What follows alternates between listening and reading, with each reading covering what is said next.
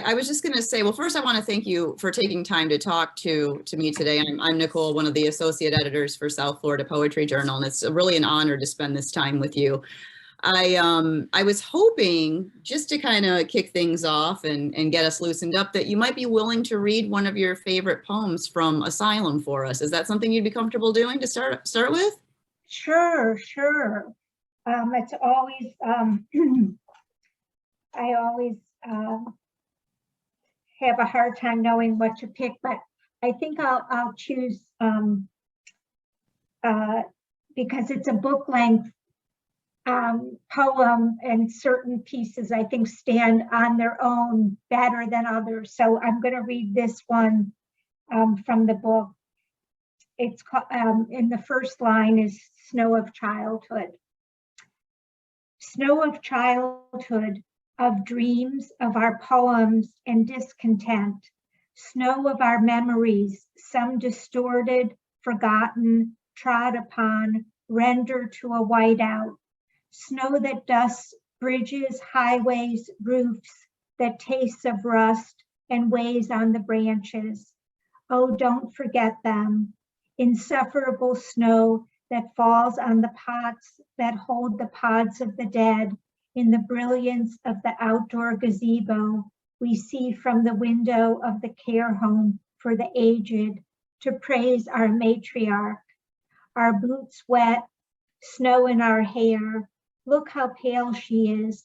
Look what she has bore, those veins in which flowed the blood that flowed into us. Wow.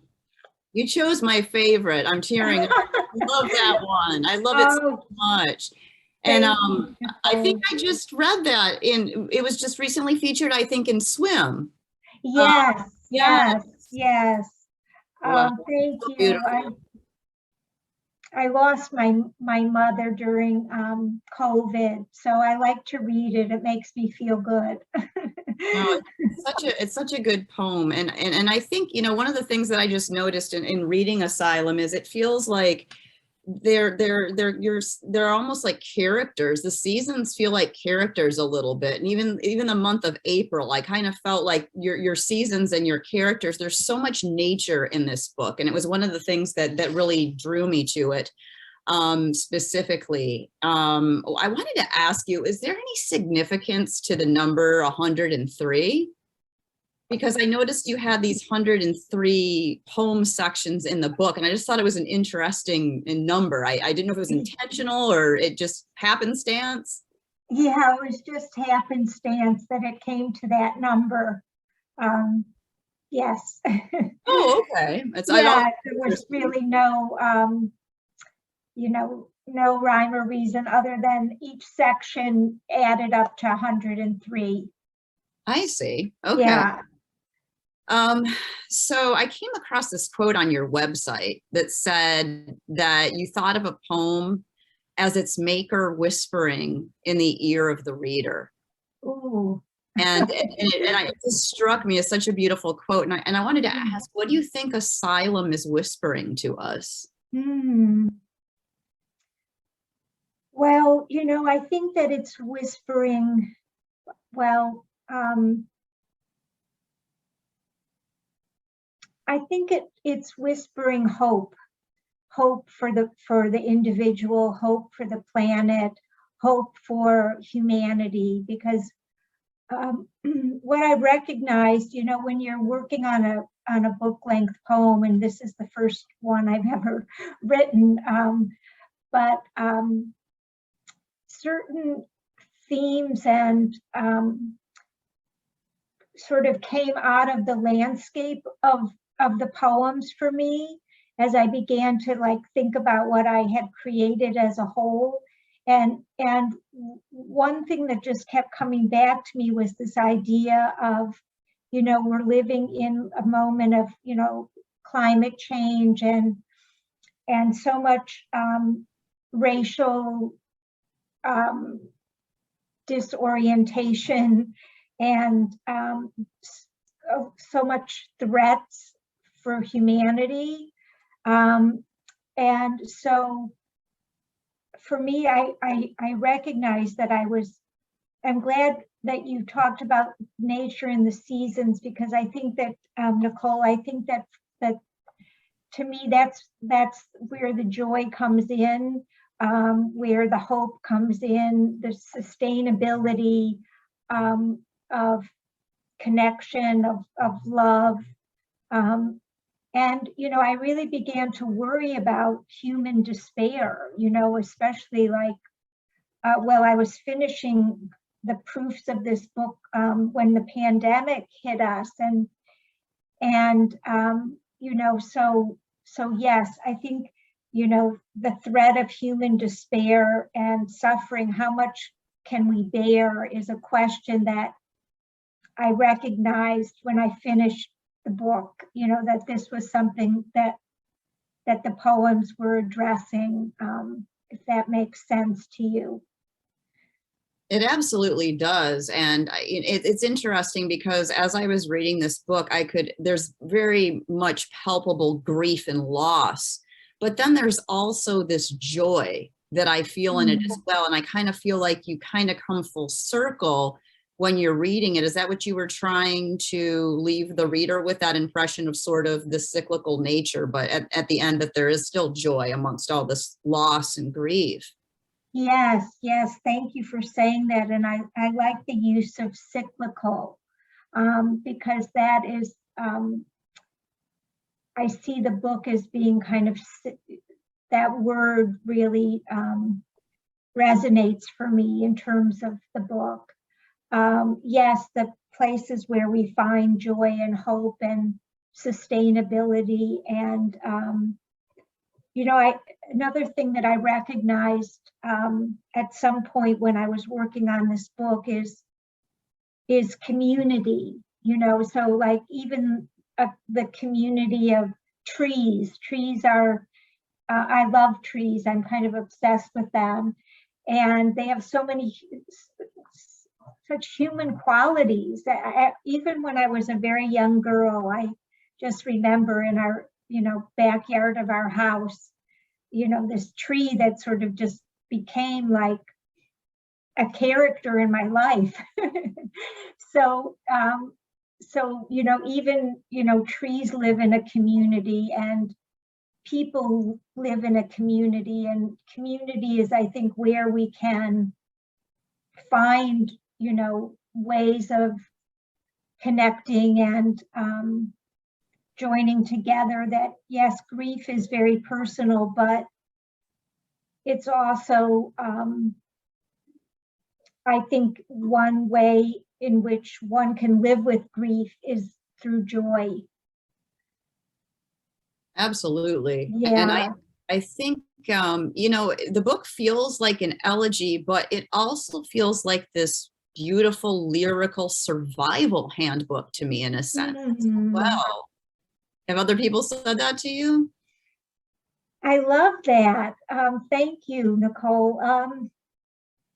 I think like one of my readers who gave me a quote, I think that the wonderful poet Grace Schulman said something about that.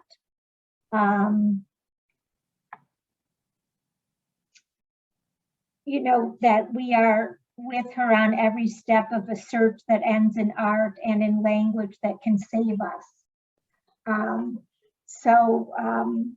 But yes, I like that idea of it being a handbook. You can't really imagine who wouldn't need that, right? To some degree, loss is just, as you get older, becomes a bigger part of one's life, but it sadly has informed a lot of my own life. And one of my closest friends just lost her sister, and I just felt again like this idea of, this communal grief, that even though I didn't know her sister very well, I felt what she was going through.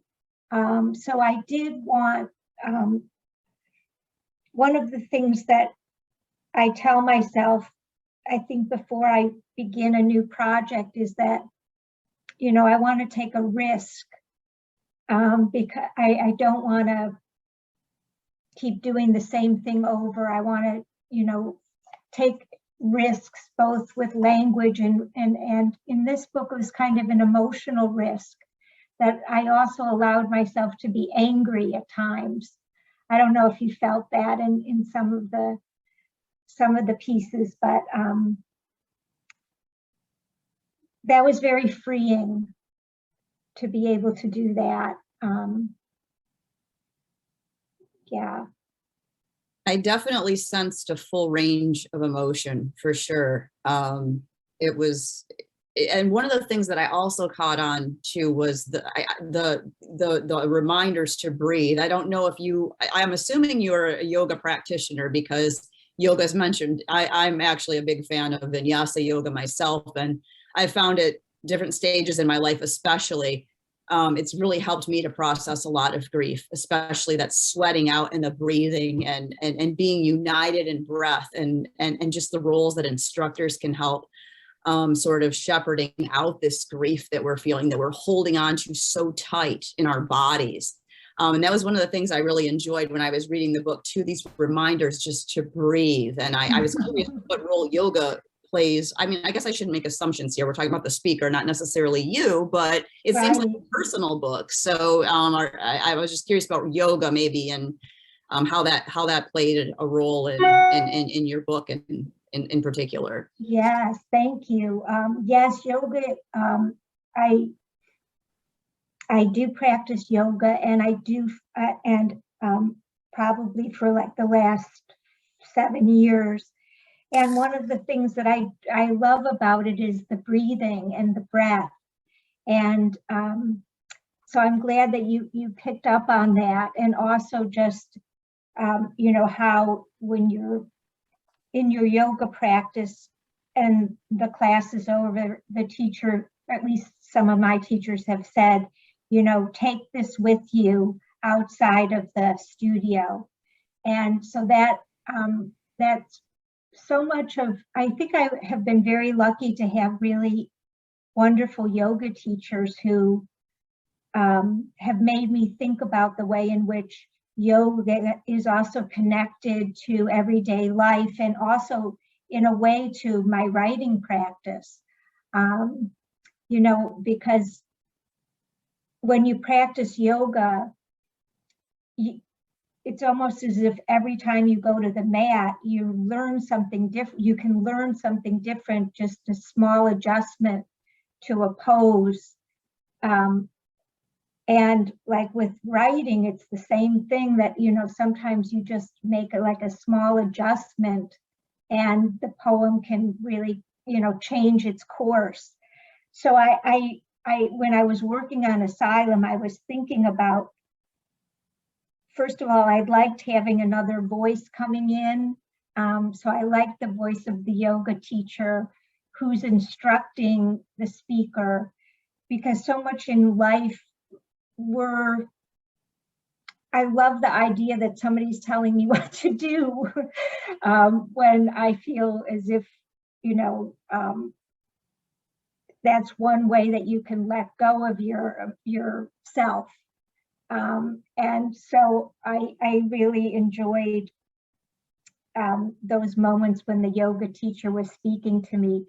And the idea of breath too is also very connected to the trees too, how they breathe and how we need our breath. And so thank you for letting me talk about that. Those are some of my favorite parts of the book, because I also feel that it's like a moment of reprieve. I was very aware that sometimes, some of the sequencing became intense. And so then I wanted like a yoga teacher piece that is more of a place to pause, I guess. That makes sense, because there was a lot of heaviness. For sure. I mean, the topic of suicide is always a heavy topic. Yes. So I think that you gave the reader those little moments of reprieve at just the right moment. It was very artfully done. It was one of the things I really appreciated about the book, how there are those little moments where you're giving the reader that pause from such very, very heavy topics in a sense, but very necessary topics. A lot of people don't like to talk about suicide. It's uncomfortable. And I appreciated how bravely you took this on. And how detailed it was as well. I mean, I noticed, interestingly enough, you brought in one of my favorite poets, Sylvia Plath, into this book, and I found it a little interesting that you mentioned Plath, but you didn't mention Sexton.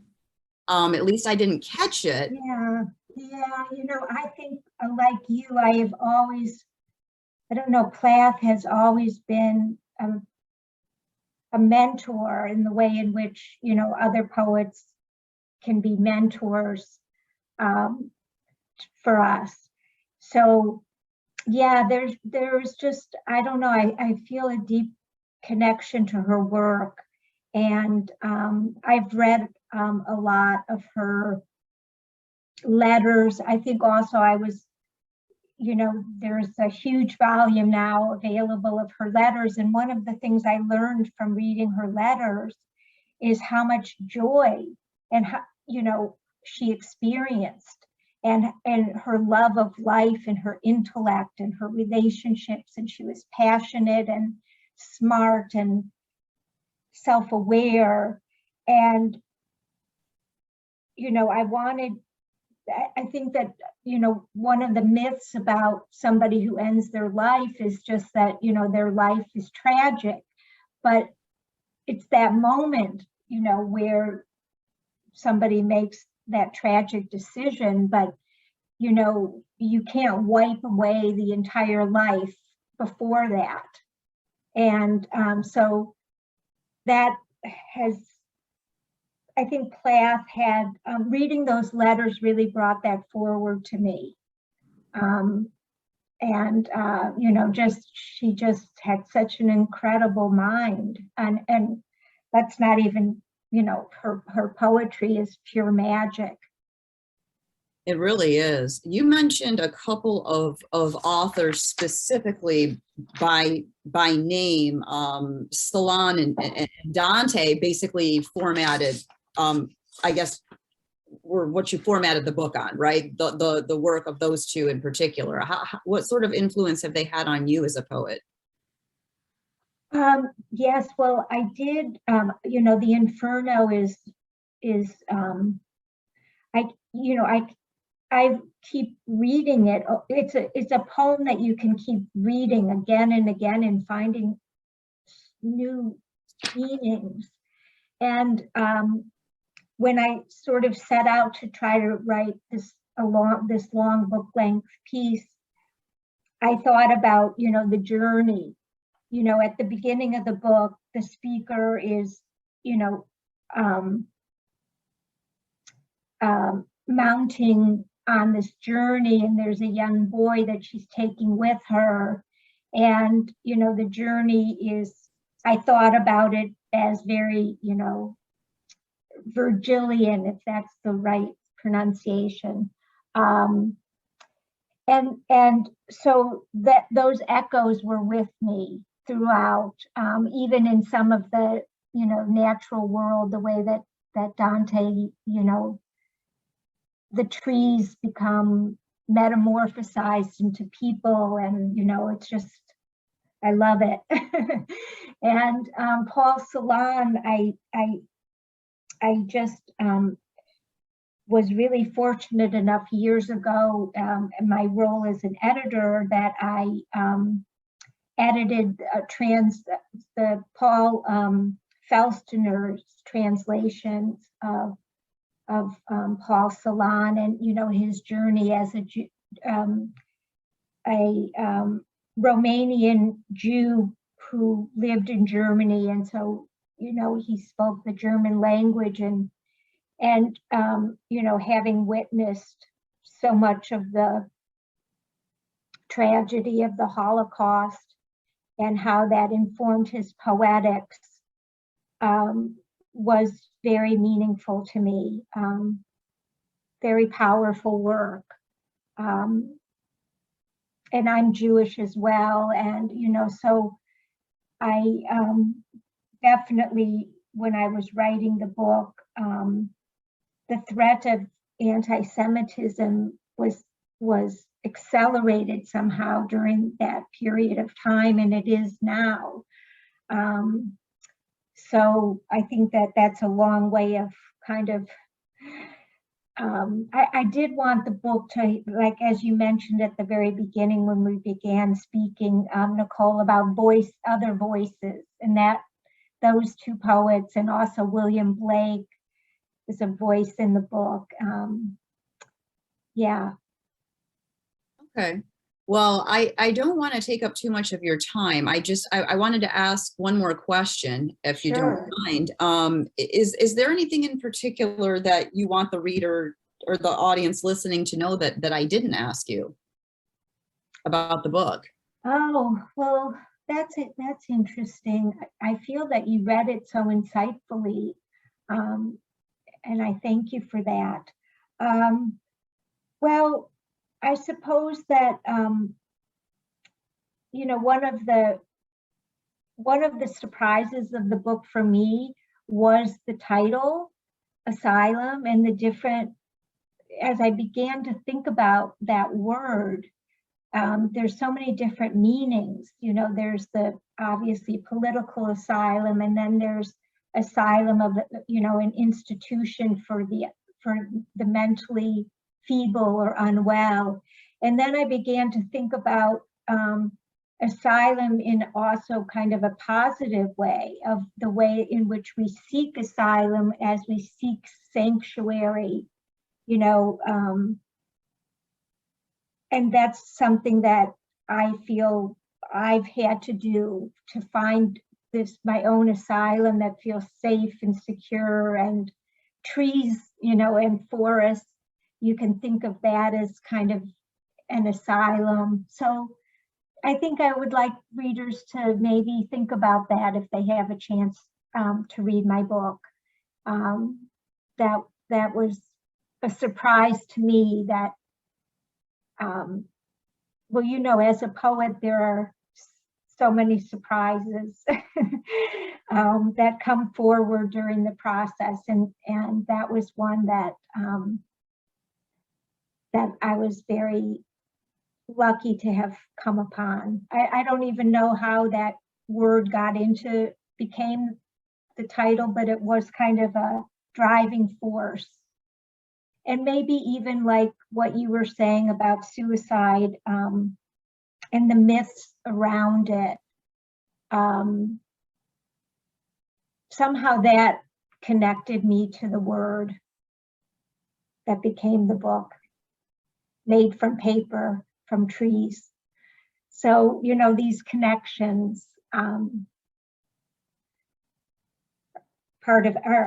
really part of my poetic process. And yes, well, thank you, Nicole. That was I'm glad I had the opportunity to articulate that. Well, it's my pleasure. It was really nice talking to you. I mean, it's always nice to have the chance to be able to meet someone, especially after you've really dug into their book. So this is Asylum, and I hope everyone has an opportunity to pick up a copy and read it. Are you coming to the book fair in person, or are you remote this time? I'm remote this year, Nicole. I love the book fair, and it's one of my favorite book fairs. And Mitch Kaplan is great, and everybody who is associated with the book fair are just such warm people. So I hope to be back in person again one day soon. Okay, well, we'll tune in to watch you. I know you're on a panel that Caridad Moro Granley is moderating with. I think it's with Maggie Smith and Anne Marie Macari. Yes. Yes. Okay. Yes. So we'll get to see there for sure, and tune into this. It's Reason and Unreason: 3 poets on destruction, memory, and hope. So I'm really looking forward to that panel. So I have the opportunity to be able to see you again. I just want to thank you again, Jill. Thank you so much for being so forthcoming and discussing your work so thoroughly. It's really an honor to speak with you. Thank you, Nicole. I feel the same way. I hope we get to meet in person one day. Yes. Thank you for such a thoughtful reading of my work. I really appreciate that.